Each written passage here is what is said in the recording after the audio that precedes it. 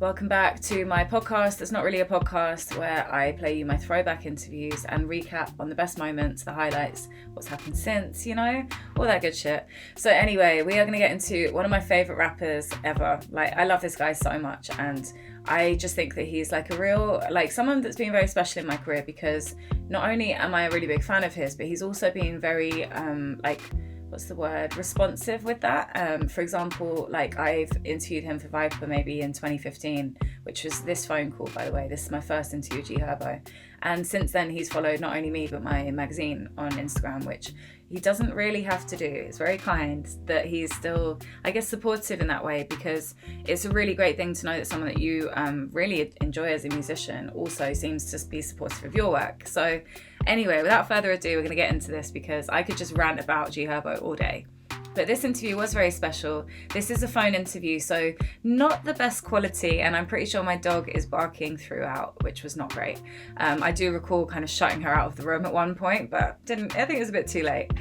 The other funny thing about this is that he was actually on tour at the time, so not only was he doing a phoner, but he was also definitely like involved. I think he's like rolling a blunt, like ordering some food, someone's in the room, like you can just hear like there's a lot going on. So this is another reason why, as I've said previously, phoners can be like your least favorite form of interview, because you'd much rather interview the person and see, their response, their reaction, like, if something makes them laugh. But I have to say, anything to interview G Herbo. So I remember this was in probably the winter 2015, and we were preparing to release a new issue of Viper. And this was actually released, so this interview was a phono, which I then typed up and put into the article, which was in the print mag. So this actually was never used as an audio interview, which is why it's okay that it sounds so bad, I guess. I do make sure my interviews sound a lot better these days. But at the time, I didn't really need the audio. I had no idea I'd be playing this to you guys one day. So I just basically was like, anything to get the quotes. And I just got him to kind of recap on his career so far. I think you can hear in the interview how much of a fan of his I am, and I think it's clear that I am very much like, a fan of and exploring the music, and like a lot of the questions that I have for him have come from that, rather than it being like a purely media-based interview where I want to get some clickbait. So I think that that's my favourite thing about this interview. One, the fact that I'm so purely fangirling, but two, the fact that he's actually kind of just like, almost like he's just on the phone to a friend or someone that he knows. He didn't treat me like I was a journalist, which was really nice. I've since met G Herbo like 2 or 3 times in Chicago, and he's been a legend every single time. And like I say, incredibly supportive of my work, and I couldn't ask for more from an artist than that, like to appreciate, to understand why you do this job. But without further ado, we're going to get into this interview. I do recall that there's a bit where I think that the phone like completely cuts off. So stay tuned when that happens, if that happens. Hopefully I'll remove it so it doesn't sound so awful. But I really hope you enjoy this one. Again, this one ends quite quickly. So just, listen, enjoy, take it in, and go and play some G Herbo after. Why not? So firstly, I want to say congratulations on Ballin Like I'm Kobe. And like, what have you been up to since then? Have you been like chilling? Really since my tape dropped, I've been just chilling. Of course, doing shows, doing shows and setting up my tour. I'm setting up a Ballin Like I'm Kobe tour for like December, the whole December. So really just preparing myself for that and getting all my business order, because all my business in order, because I'm gonna start like doing a lot of my touring stuff through my touring company and my own company, which is 150 Dream Team. So really just a matter of me getting my company shit together and just, recording and probably working on an album for next year or something like that. So that's about it. And what's your favourite song on Ballin Like I'm Kobe? My favorite song on Ballin Like I'm Kobe, I actually have 2. It's East Side and Bricks and Mansions. Well, Bricks and Mansions might be my favorite though, but I like East Side a lot. That's interesting. So my favorite is 100 Days, 100 Nights. And that's one of my favorites too. It's a beautiful song, and like I listen to that song like 30 times on a loop. Like I can listen to that like when I'm going to work for like a full, hour's journey, which is kind of weird, But I wanted to ask, like, what's the last song that you had that you were listening to like that? The last song that I had that I was listening to, like obsessively listening. My phone, it could just been falling. But the song like that kind of put me in that, man, I think like 100 Days, 100 Nights to me, like a lot of shit on my tape it's soulful. It put like chills in my body because it's really me telling the truth about my life and really just how I've grown, you know what I'm saying, since I first began rapping. So really, I would compare 100 Days, 100 Nights to like a song that's not mine. I would probably compare it to like Meek Mill Thrillers. Because when I listen to that, it put me in the manner that, like, you feel he talking about his struggle and just really how it is right now. What you feel me? Like what he going through. And it really, when I listen to it, I can relate. And it's like, I don't know, it's just the right music, the right soulful music that I relate to. It put like a real chill in my body. That's how I know I love music. Like I can feel it going through my body. That's crazy. That's true. My head through, I compare it to like Meek Mill Thrillers. That's like my favorite hard song that's out right now. That's not mine. He's like, it's soulful. You feel me? That's true, because you've got a really good ear for soulful beats as well. There's a few soulful ones on there. Yeah, it's really like soulful shit. That's why I don't really label my rap as drill music, because I like soulful shit. I like, you know what I'm saying, rap about the shit that I've been through and I've seen in my life. So when I hear like those beats with the struggle and pain on it, it just put me in the man of really what I've been through. So I don't really gotta like think of too many punchlines or too much shit to say, because I'm really like actually writing about my life and just making it rhyme. I don't know how, like, I can't even explain. I don't even know like how I come up with the shit, because it's true. It's really just me rapping about my life, so I don't have to come up with nothing or think too hard. So it just compliment me like the soulful shit.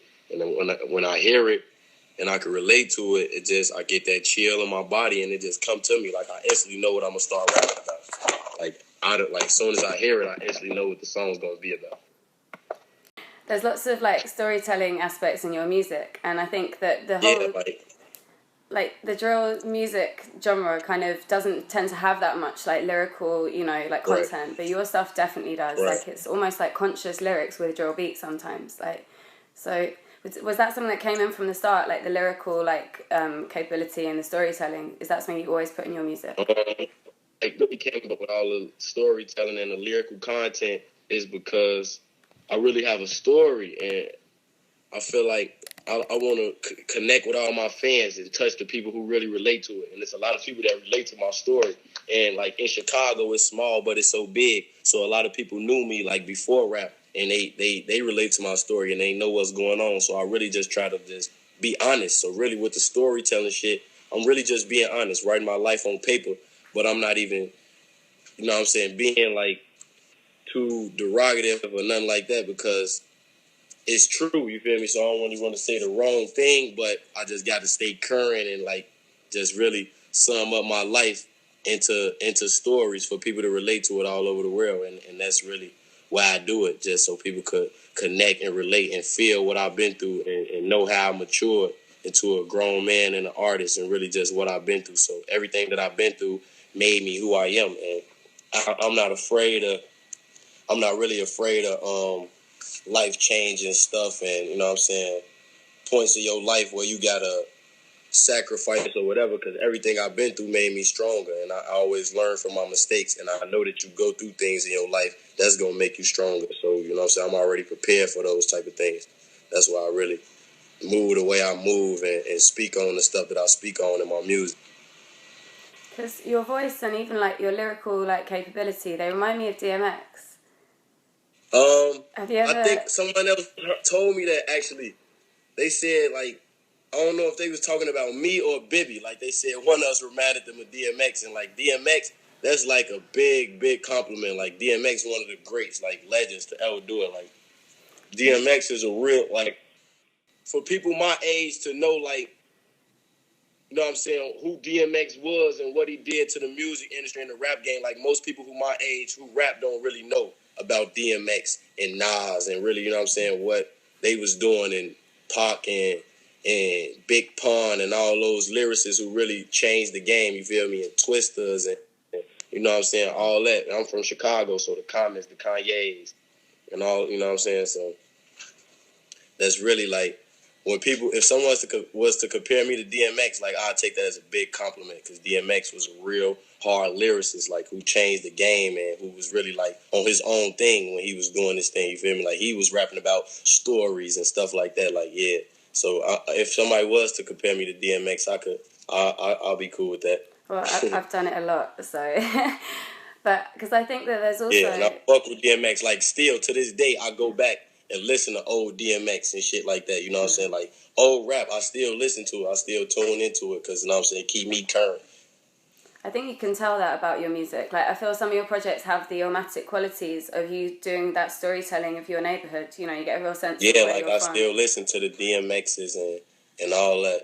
So it's really just, it's crazy that you even said that. I still fuck with DMX music and know, like, he's a real legend. Like, a lot of people my age don't really look at DMX as a real legend. You feel me? Exactly. And I think he's one of the revolutionaries that, like, changed the rap game. Yeah, definitely. Especially the way he was, like, you know, the idea of being a man, being, like, in touch with your emotions and being able to, like... Exactly, kind of and really, like, being sadness. yourself. Like, you know what I'm saying? Exactly. He wasn't afraid to be himself. Like, I see you as our generation's DMX, you know? Yeah. But, I mean, like, it's really just a matter of being yourself and staying true to your fans. You know what I'm saying? That's really why I do it for, just to stay true to my fans. I know at any moment, if the fans give up on you, that's your career, you feel me? Like, the fans build your brand, so you got to stay true to the fans and give them what they want all the time. And I know what my fans want because I connect to my core fans, you feel me? So I know what they want out of me, what they expect on hearing, so that's why I try to just get better. That's true. Well, I feel that for your age, I often tell people, you know, when you were 19, I was saying he's 19 and people couldn't believe it because you've got a lot of, I mean, you've been through a lot as well. You, like, the stories you're telling, it's like someone that's maybe 30 hasn't necessarily experienced what you have, so. Right. And that's why I really, like, moved away where I am, because I know I lived the life of a grown man, and that's why I tell the stories that I told, because I know I'm young, but people don't really, you know what I'm saying? When you talk to people who's 30 and in their 20s, whether they male, female, and you tell them you 20, they think you got the mindset of a 20-year-old. But I don't, because I've been through things already that 30-year-olds go through, and I just lived my life, and I had to mature, really just, not even, it was by force, not by most choice, you know what I'm saying? I really had to mature on my own, and a lot of the shit I do now is for my mother, and I got my grandmother depending on me, and my aunts and uncles and cousins, like everybody, you know what I'm saying? My whole family depending on me, and I'm only 20. I just made 20. I ain't even been 20 for a whole month yet. So really just what I've been through, and me being out in the streets when I was 15, but not even on my own, because I always had both parents at home, but just growing up in Chicago, you know what I'm saying? You got to adapt to your environment. And that wasn't really nothing that my parents could control. I had to get out there and learn on my own and become a man on my own. You feel me? If anyone taught me how to be a man, I wouldn't be the person I am right now. So really, that's why I'm just mentally, I'm ahead. So I just like to stay humble. I don't really try to use that as a weapon or be cocky that I'm, you know what I'm saying, where I am right now, or mentally that I went through the shit that I went through. That's what really keep me humble and grounded. Initial speech page, I'm sorry. And I feel like even with your name, like Herbert, like that's an older man's name, and it almost right, seems like were you like born an old head? I'm named after my father. I'm the third. I'm named after my father and my grandfather. So I mean, like that's actually funny. Like, yeah, my name Herbert. That's an old man name, and I know that. Like, I wouldn't even curse my son and name him Herbert. If I have a son, I promise. I'm sorry. I just got to break the chain. But it's funny because did you always feel like an old head? Like you always had more knowledge than maybe your friends of the same age? Yeah, and that's really like, and that I give credit to my father for that, because he always told me to be a leader and be myself. And I never really knew why he drilled that into my head so much. Like, what do you mean be yourself, be a leader? You feel me? And I was always the type of kid that was always ahead. Anyway, like even before I jumped in the streets, I was always ahead of my time because I had older brothers and cousins and sisters that I hung around. I never really hung around my age demographic. So really just me growing up, I always seen more and knew more. So that's why my dad always told me be a leader, because he knew I could fall under the wave of what's going on, because I saw so much and I was around so much. And I never really understood why he told me that, because I'm like, shit, everybody else the cool kid. Like, and as a kid, I know that that's what you think about, being a man and being rich, the cool guy, the popular guy, and that's not really what matters. If you want to be happy and you thinking about the long-term goal, you shouldn't really focus on the stuff that's here today and could be gone tomorrow. And that's really why my dad drilled that in my head as a child, and I never really understood it, but it got me a long, long way. Yeah, because I don't know how you stay sane through some of the things that you've experienced, you know, and even to be able to reflect on them in like such a kind of, you know, calm way. But like, did you feel that music was like a form of therapy for you throughout like your teenage years?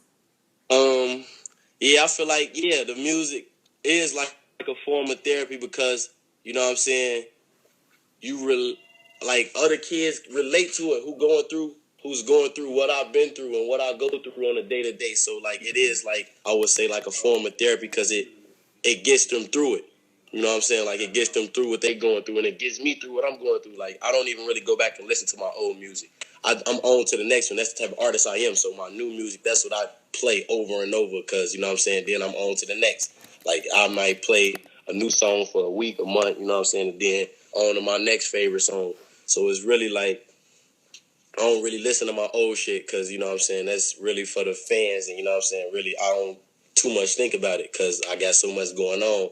And really like, I do. My music is a form of therapy because people come to me all the time and tell me like, man, I relate to your shit and your shit get me by and shit like that. You feel me? And I do it for the people who in the struggle and who been through what I've been through. You know what I'm saying? So they could just, and it's motivational music. I'm just talking about my life. And it really just let people know, it paint a picture that anything is possible. You feel me? Like I didn't really start rapping to become a big superstar. I was just having fun. Like my homie Bibby started rapping first, and I was rapping. I always knew how to rhyme and rap all my life almost.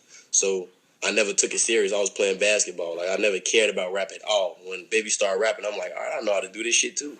I started rapping and just fucking around with my homie, and it just took off from there. Like that wasn't really nothing we planned on making a career out of, and it just happened, and we stuck to it.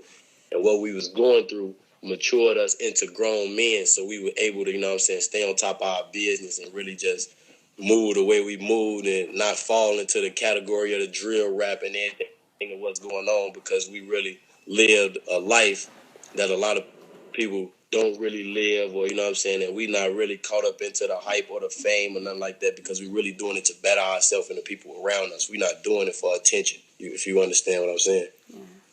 And it's good because I see you two as almost like you're going to become two of the, like, one of those great rap duos, you know? Like, and even like... like, that's really what I try to compare myself to, the Jay-Z's and Meeks and Rick Ross's and Pacs, all the 50 Cents. I don't really compare myself to what's going on around me because I know I could be a career artist. And that's what I'm working on right now, just getting my business in order so I can move like a career artist. And I know I have like I'll pave a way for me to really, you know what I'm saying, have a long career in this rap game. Mm-hmm.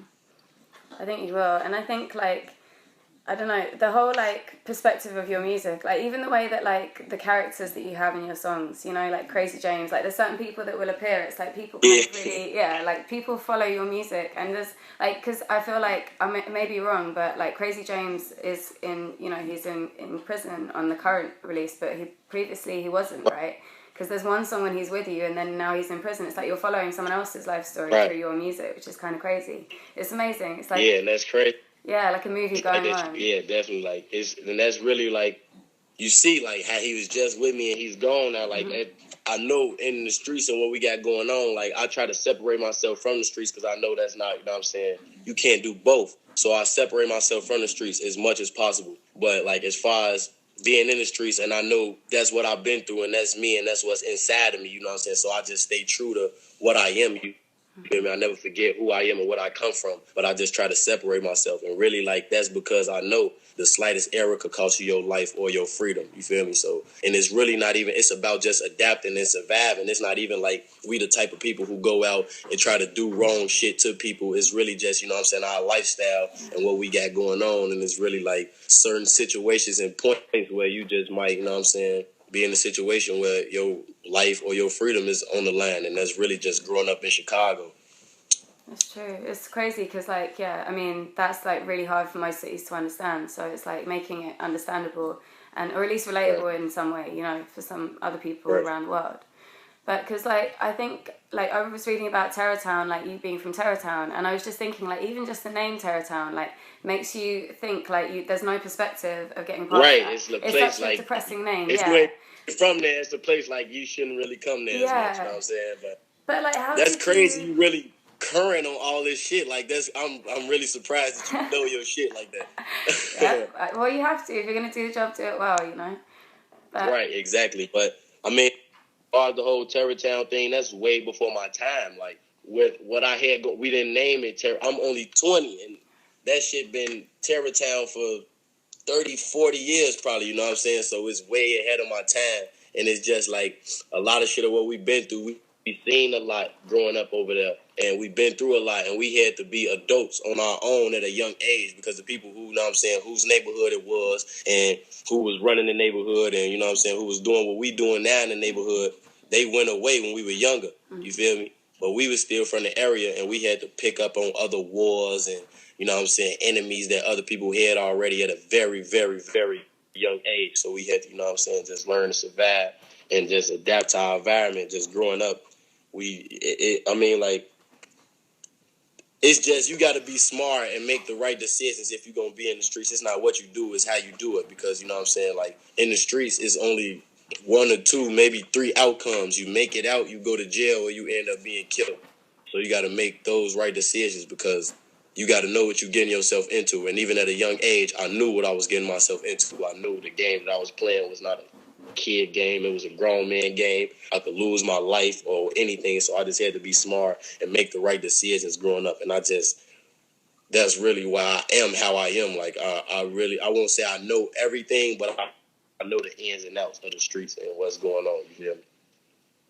And that's just how you supposed to be. Like anything, I don't encourage anyone being in the streets or going through what I went through. But if you do, or if you have to go through that, just do it right. How did you? So really, that's the message I try to deliver. What were you saying? Like you spoke a bit about how your dad taught you to be a leader, and like the way that So I grew up in a place that didn't even have a bad name. It had a bad, environment. But how did you find your own way to know that you were going to get out of that? Do you know what I mean? How did you see a future when you didn't have Hollywood as the name of where you're from, right. Terrortown, Really, it depends on what you like, and it's crazy. Me and my DJ was just talking about that. Like in Chicago and being from the streets, the youth only want to be three things: a drug dealer, a rapper, or a basketball player. You feel me? And even growing up, my father always told me, "You going to college? Go to college." He always drilled that into me. And I wanted to play basketball, so I never had a problem with going to college. But when my basketball dreams didn't really work out, I never really wanted to. I knew I never wanted to get a job or have a 9 to 5 or work for anybody. And that was just really, I don't know if it was me seeing what was going on around me or really it was never in me to go and work a job or nothing like that. You feel me? So I feel like really just when you come from, the people look at those things to help them make it out. They don't really look at the honest route. Basketball was the only honest route. Basketball or football. You feel me? That's the only honest route for guys when you in the hood and coming from what I come from. You know what I'm saying? So that's why I drill that in kids' head to just stay focused, stay in school. If you want to play basketball, if that's what you love, stick to it. Because that was my true love before rap. I loved it basketball. That's what I wanted to do. And I was playing basketball and still in the streets. So that's why it didn't work out for me. I got kicked off the team. My coach didn't want me to play anymore, you feel me? So that really, you know what I'm saying, it was a setback for me, but it helped me learn, you know what I'm saying? Whatever you want to do, you got to really be focused on it and have that faith. You can't be in the streets still trying to focus on the streets and what's going on out there and still try to focus on the gym room and what's going on inside of there, you know what I'm saying? So it's really you just gotta have that balance. Anything you do, stick to it. So with rap, that's how I am. I love what I do. I'm passionate about it. So you know what I'm saying. I work hard. I've noticed your stuff appears in quite a lot of skate videos, like Illegal Civilization. They had a song of yours in there. I feel like really with my shit, nobody ever came to me and told me not really no corporate, you know what I'm saying? So my music never made it to how you was saying a boxer might came out to it, or it might be the theme song to a game or any you know what I'm saying? I don't know. I feel like you gotta touch your core fans first before you try to work on the type of shit that might change you as an artist, you know what I'm saying? That's true. But you collab with interesting people, you know. It's like you did like a song with like Chance and L, but then you do stuff with like Nicki and like right, so yeah, and that's exactly. I mean, I do those type of things just to show my fan base that I'm you know what I'm saying, well rounded, and I can do that type of shit. I could work with Chance and work with Common, and then I could get on a song with Nick Minaj and get on a song with Baby. You know what I'm saying? Like, I'm well rounded. I could rap. I have common sense, so I could rap about shit that doesn't really pertain to the streets. You know what I'm saying? I have a lot of shit that I got going on the day to day that's, you know what I'm saying, serious and soulful, but it doesn't have nothing to do with being violent. You feel me? So I'm well rounded. True. You and Bibby have like, I mean, obviously you have a friendship outside of rap, so it makes for a great partnership, like in music. Yeah, hell yeah. But when you did like Ain't Heard About You Part 2, like so many people were asking for a collab. Like I saw so many tweets of people. Steak and lobster? With lobster on the top of it. Oh, okay, gotcha. Oh, I was ordering some food. That's what I was. Fancy food. But so I saw loads of people were tweeting you guys about like doing a collaboration project, like you and Bibby. So would you ever do that? I mean, you got a lot of songs together. Yeah, that's actually working on now, like a collab album. Pay for it off my card too. Like we working on right now, like a collab album. Sick.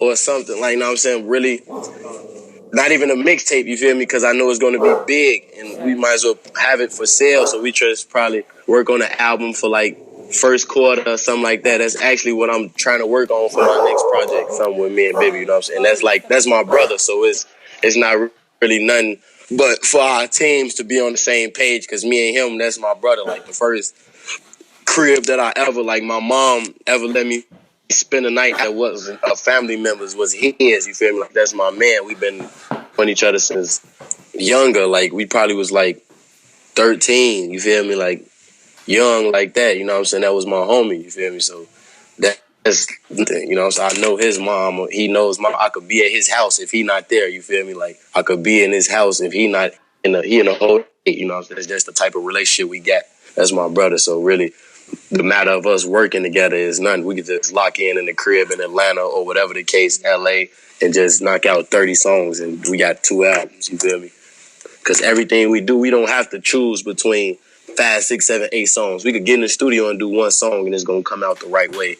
And then we just put it out. You feel me? We don't really choose from a bunch of songs. Every song that we ever did was just that one song. We fucked with it, threw it out. Like, we never redo songs or say, we don't fuck with this and not put it out. You feel me? That's true. So that's why our bond just so special. Because also I like the balance as well, because especially like you rap double time quite a lot, which is like, I like that a lot. In the UK, I don't know if you've heard of grime music, but like Skepta, Novelist, it's like they all rap double time in that genre. So when you're like, your flow appeals more to me as a British person because of the fact that I'm familiar with a genre that only raps in double time. So it's kind of like, yeah, it stands out, and like I like the fact that you play around with flow and like speed and stuff. Yeah, I think actually when I first started rapping, that's how I was, double time, just because I never really knew how to make hooks. Baby was always the person who made the hooks, and I just rap. I could rap for 2-3 minutes, so I like to change my flow up. I could rap how I talk, you know what I'm saying, regular tone, you know what I'm saying, and then I could double time, and still, I think what make it so special is you can still understand what I'm saying when I say it, you feel me? So, like, and that's really why my core fans love that. So when I go back to that, they go crazy, you feel me? Like, because I don't really do that as much. So I just try to still switch it up, but still show the fans I could do that. But as far as, like, me rapping double time, it just came from my style. I don't know, like, I grew up, my Uncle K-Tone, who passed away, that's how I even fell in love with music. Or got the, you know what I'm saying, the love for music or anything like that. And he had a relationship with Twista and Do or Die. So I was looking up to those type of people. And that's really why, you know what I'm saying, I rap like that. I actually just had a show with Twista yesterday in Texas. Well, no, that was the day before yesterday, actually. The day before yesterday in Austin. But really, like, me just looking up to Twista and Do or Die and those type of people, and really just, you know what I'm saying, still wanting to be a hip-hop artist who know how to flow. And I knew how to do that. It wasn't really me practicing. Like, when I learned how to rap and rhyme and look on paper, I was 10, writing my own shit, just fucking around at my uncle's crib.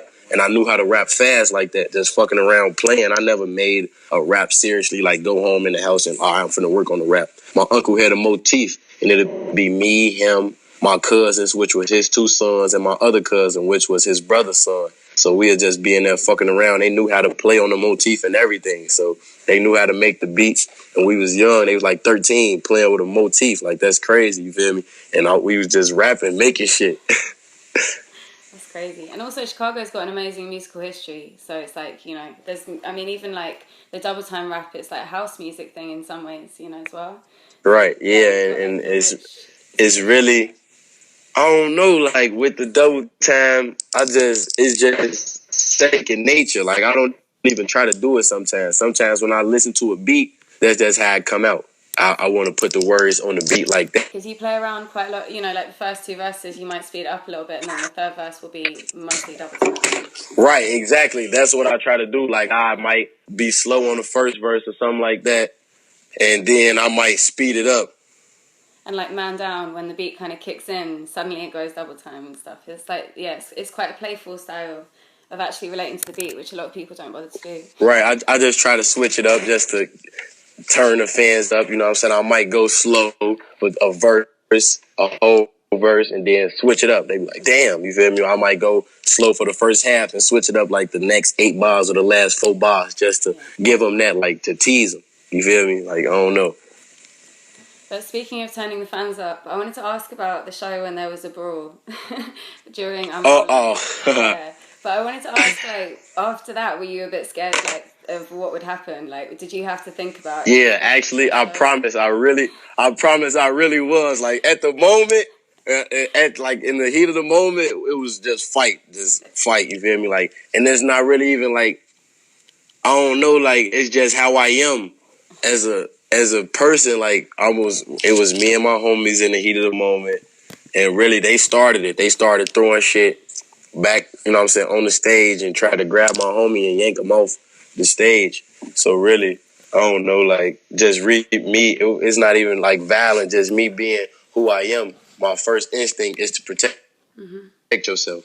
Far away from home, protect yourself. So, you know what I'm saying? But then at the end, when we thought about it, like, after I thought about it, I'm like, damn, they could sue, they could lock me up, because like it was crazy. Like, it wasn't even really like, they weren't trying to fight. They were trying to throw weapons and shit like that, throw bottles across the room and chairs. But we were like trying to physically fight. So we was like, we'd catch somebody and then like, it'd be, we'd have a hand. And like, you know what I'm saying? So I'm thinking like, damn, we really just fucked them up. They could sue me or anything. Like, we don't know if they got head injuries or whatever. So yeah, after the fact, I actually was scared. Just a little bit. Just, you know what I'm saying, really for my name. Not even, just really scared that I might have, you know what I'm saying, made a step back in my career. Maybe my shows would have been slowing down. I wouldn't have been getting booked as much, you know what I'm saying? That would have hurted me overall, you feel me? So that's really the only thing I was worried about at the time. I like the fact that you jumped in, but I know what you mean. After you're like, oh, maybe I shouldn't have done that. I mean, yeah, like, it was really just a matter of me, because at a show, of course, it's my show. And I'm not thinking, like, you know, of course, all the eyes are on me. But I'm not thinking, like, you know, I'm not really thinking. I'm just thinking survive. Really, basically, get up out of here. We don't know. We far away from home. We got to make it out of here. So it's really just a matter of everybody throwing bottles, and I'm looking around. I'm not trying to get hit with a bottle at my own show. Of course, they throwing bottles. Nobody is, like, actually physically running up on us throwing punches. You know what I'm saying? So they just throwing shit, and I'm ducking, and we just catching people, and really just, you know, I was angry at the moment. So, like, I don't know. But that's, like, second nature to me. Like, I am a fighter. So like, if I'm feel disrespected or any like, I will get physical and use force. So I don't know, like, and then after the fact, I just thought about it. Like, I was just mad that we had to even be in that situation, people throwing stuff. So that's why I really, when I was throwing kicks and stuff like that, I was just mad. It's true, but it all goes back to what you were saying about Terrortown, like, in those associations that aren't even, like, your. Yeah, like, I mean, like, where you come from, that's second nature. You have to fight. Like, growing up as a kid, we going to school, and people might mess with you. Like, you just have to fight. Growing up, people would try you, and I'm light-skinned. I've been light-skinned all my life. So people tried me all my life. I had to learn how to fight. I had big brothers who used to just punch, because you can't, And my family, bro, like really, I'm not even. I was calling him bro, but that's okay. No, it's cool. Guys call me dude when I do interviews, so yeah, it's cool. And my family, like, I got a family full of males, but I have a family full of females also. And it's really, we had a big family, and we just really, me growing up around my uncles and father and my brothers, I had to know how to fight. Like, you can't not know how to fight. It's just unacceptable. Like, and that's how I am now. Like, I don't want to stereotype people, but like, you can't be around me if you're scared to fight. Like, I can't have it. Like, yeah, but that's not even the type of person I am. We don't start shit or nothing like that. So, but really, it's just being prepared for the worst. Like, that's how I leave the house. That's how I wake up in the morning, knowing that anything could happen. So I actually prevent stuff from happening that way by expecting the worst, just so you can be prepared for it. That's just how I deal with things. So I'm always prepared to fight, or I'm always prepared to protect my life at any cost. It doesn't even matter. Like, even when I'm at shows and stuff like that, I don't automatically just get violent to the fans or throw a shield up, because when I'm at shows, I automatically, they're there for me. So when people come approach me, I embrace them. I give them girls hugs, fives, take pictures, whatever. Like, I might stay at my show an extra hour because I was taking pictures. Like, a lot of artists don't do that, but if you go the extra mile for your fans, they'll go the extra mile for you. You feel me? It's very true. So that's the type of person I am. I'm just humble and true to my fans and everybody. I'm true to everybody around, like, and not even out of the state. In Chicago, like, people walk up to me all the time, crazy, tattoos on their face. I could be in tour with them or whatever, but I still embrace them because that's just the type of person I am. Even though I'm prepared for the worst, you can't walk around, like, you know what I'm saying, with that, because people show you love. Why wouldn't I want to get love in my own city? So, you know what I'm saying, I'm on point all the time, but I still embrace people because I feel like I got that type of respect level in the streets where people don't really want to see me and hurt me. But if they do, I'll be able to notice that because I know how to read body language and read people. So I don't automatically think everybody who walks up on me is walking up trying to hurt me, because I already made that, you know what I'm saying, name for myself in the streets, and I got that respect level. So a lot of people, when they see me, they know what I'm about. So they don't really, you know what I'm saying, try to go there. And it's not really a matter of me being cocky or nothing like that. I just, you know what I'm saying, made my decisions and did what I did in the streets just to, you know what I'm saying, and not even really me, it's just really the people around me and myself also, because I paved that way for myself and got that respect level in the streets. People know that what I rap about and what I do, like, that's my real life, you know what I'm saying? Like, I'm really painting a picture of my life. I'm not exaggerating. I'm not throwing a little extra sugar on there for me or anything. I'm just giving it to them raw. And I just gained that level of respect in the streets and everywhere I go. And I feel Pretty like you've much. definitely gained it musically as well, you know, like you've had really good responses to like all your projects, and you know, now you're talking about doing a debut album. But I wanted to ask, since like I'd say that a couple of your mixtapes could probably pass for albums, so what's going to be different from an album by you?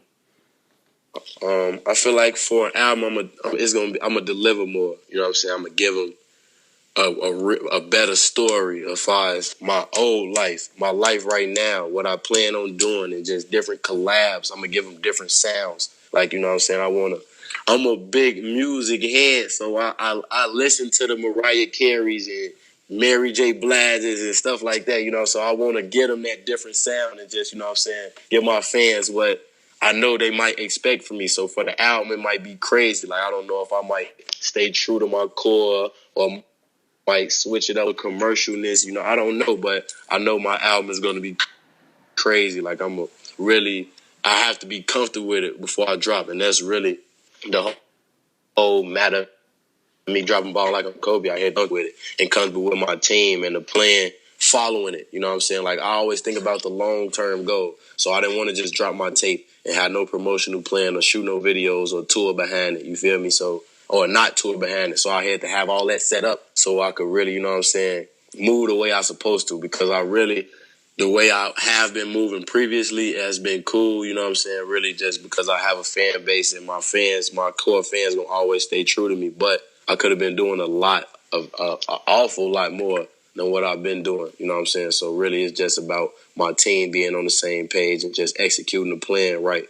And that's really all I've been working on lately.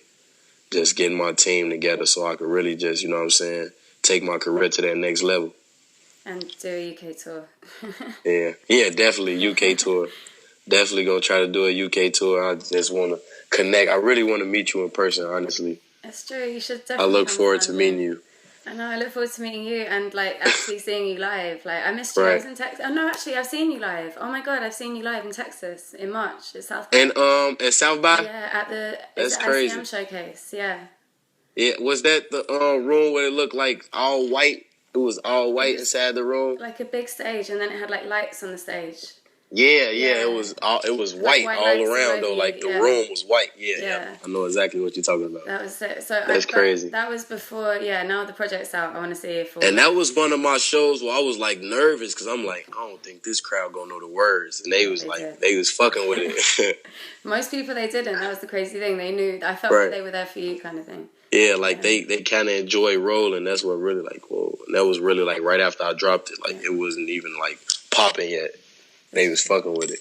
Because that song's like lasted. It's had like a 6 month like like even my friends now. I'll play that song now and everyone still goes crazy. It's like I'm thinking about maybe remixing it just to bring it back to life. You know what I'm saying? Just give it that little extra. It depends on who I could put on it. Like Bibby already got a verse on it, so I'm of course throw Bibby on there again, and throw another verse. And I'm thinking about what artist I could put on there. I'm not sure. That's I'm thinking about it. I mean, I'm looking forward to hearing that, definitely. Yeah. So that's what I've been working on. Yeah. What'd you say? And a video. When are the videos coming out from the new project? I shot L's. I shot Peace of Mind. I'm going to shoot 100 Days, 100 Nights next, actually. I'm shooting that next.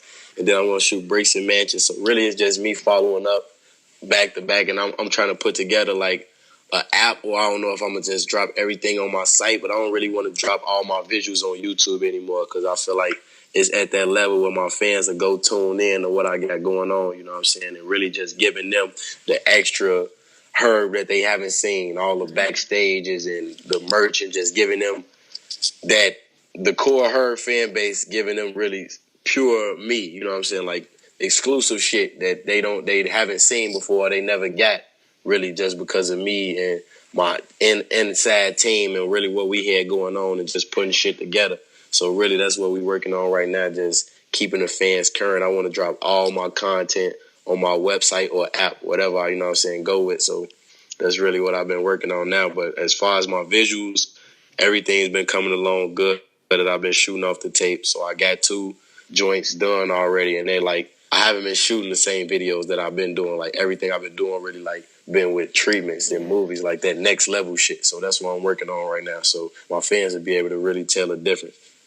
That's good, and I think that app's a good idea because you like on Instagram and stuff. There's like a sense of humor that comes through if people follow you. Right. So it makes sense. Yeah, like with my Instagram, that's all it is to me. It's entertainment. I don't post my life or anything personal on Instagram. You feel me? Like it's entertainment to me. That's what I use Instagram. All the internet is entertainment. Like I'm funny. I have a sense of humor. I just like laughing all the time. So that's really what I do with my Instagram. Like a lot of people like, you crazy and shit. That's what it is. Like people use Instagram as like some personal diary or some shit like that. And that's not what it's for. It's true. I wanted to ask about your name change as well, because obviously you've dropped Little and now you've added G. So G Herbo. Right. So was that I mean, did you want to do it before an album? I was thinking it's a good time to change your name if you're not going to keep Little. Yeah. Yeah, really, like, of course, before an album, but really just the matter of me changing my name is really me maturing from a boy to a man, you know what I'm saying? So I can't really keep on with the Lil Herb and everything, like, and it's really, my homies gave me that name, really just the way we move, like leaders, young generals, you feel me? So that's what the G stand for and a lot of other stuff.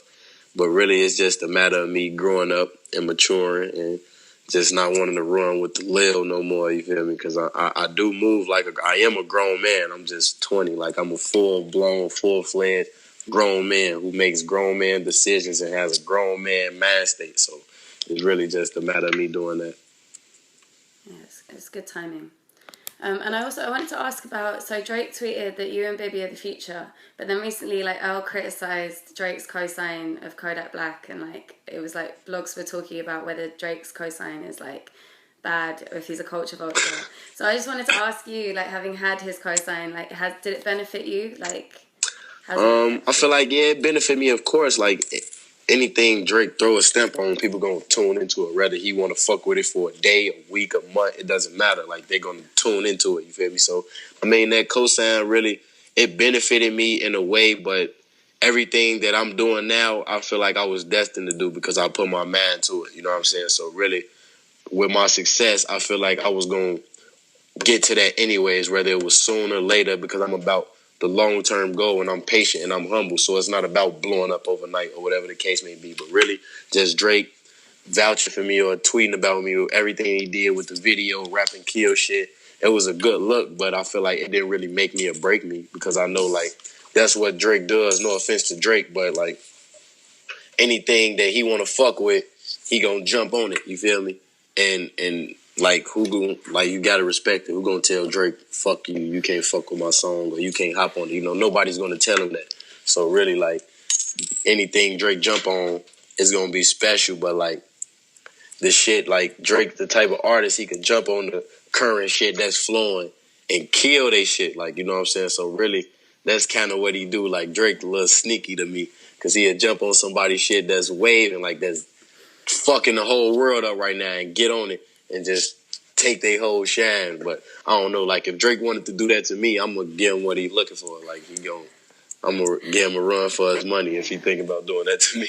No, I'm glad you haven't done a song with Drake and that he hasn't, like, remixed any of your songs, because I'm not a fan of Drake, to be honest, but so it's good that you're, like, pure still, you're untouched by Drake like that. Right, yes. I mean, like, really just, it's not, and it wasn't a matter of me reaching out to Drake. Like, he DM'd me on Twitter a bunch of times. I had his number, we was texting, and I never really, like, pretty much reached all the way out, tried to get in tune with him. And a lot of people, like, it's really just the matter of me. I'm a thinker. I think before I do everything. So I know, like, Drake is busy and he has other shit going on, and that's just the type of person that he is, to jump on, you know what I'm saying, what's buzzing at the moment.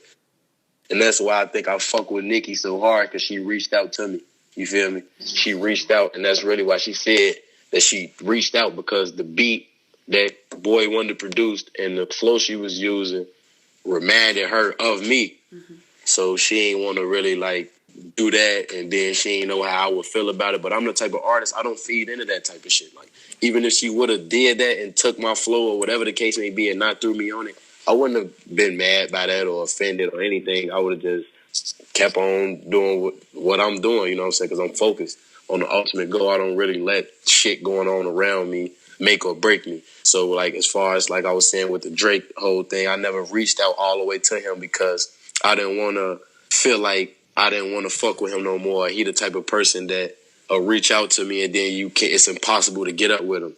I didn't want to have that type of mindset in my head about him, so I just always was focused on what I had going on, because I know if he want to fuck with me, he's Drake, he could get up with me, you feel me? So I'm really just focused on what I'm doing right now, and that's why I'm glad I think like that, because a lot of people don't have that mindset, especially in the music industry. That's how they build bad relationships and wind up rap dissing and shit like that. Like, I show everybody love, and I'm not focused on who fucking with my shit or who genuine, who fake, you know what I'm saying, because it don't benefit me at all.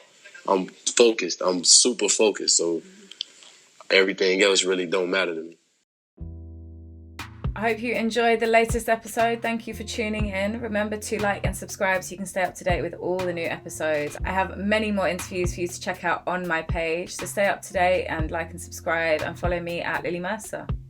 I'll see you in the future.